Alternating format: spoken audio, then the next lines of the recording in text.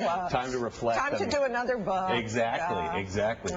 Let's talk about the business of the New York Times, because we've been reading for months now about the demise of the old gray lady in the newspaper, and have reports of the death of the New York Times been greatly exaggerated? They're way premature, and when I was talking about the lines outside our building, to be reminded that there are many readers out there for whom, you know, an event would not really have been marked upon properly without the front page of the New York Times. People forget the New York Times is nicely profitable. It is. Thank you. Yes, it is. And we have 830,000 readers who have subscribed to the print paper for more than 2 years. They're hooked, and they pay a handsome amount for the privilege of reading us every day. And we also have the biggest newspaper website. Many people get the print paper, use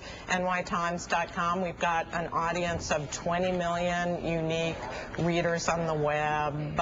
You know, it's a irresistible combination, and we're doing well. But I think in this period of really secular change in the newspaper industry, where you see so much stress in many newsrooms being sliced to ribbons, competition being cut, that people forget that the New York Times really occupies a special place. We're a national publication. We have a global audience. We're a different beast. So, Joe, hold the obituary for the New York Times. Joe, yeah. Jill, well, no, Jill, as you know, and I've told you this before, and you certainly have heard it on this show, the New York Times is the paper I read every day. Of those subscribers you have, I get two, one to read and one to take outside and burn in the backyard every morning. But here's my pet peeve with the New York Times.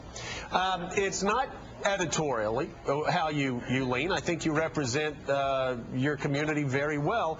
It's that you give away some of the best journalism, some of the best investigative reporting, some of the best editorials on the planet. You give it away for free on the internet. Can't the New York Times take the lead and say, I understand every other newspaper thinks they've got to chase the car. We're going to stop. If you want to read an article by an op-ed by Frank Rich, if you want to read an article by Dexter Filkins, you're going to have to pay for it. We're not giving it away anymore. Will you all go back that direction? Well, right now, you know, the atmosphere is rife with all kinds of different proposals to charge for content on the web.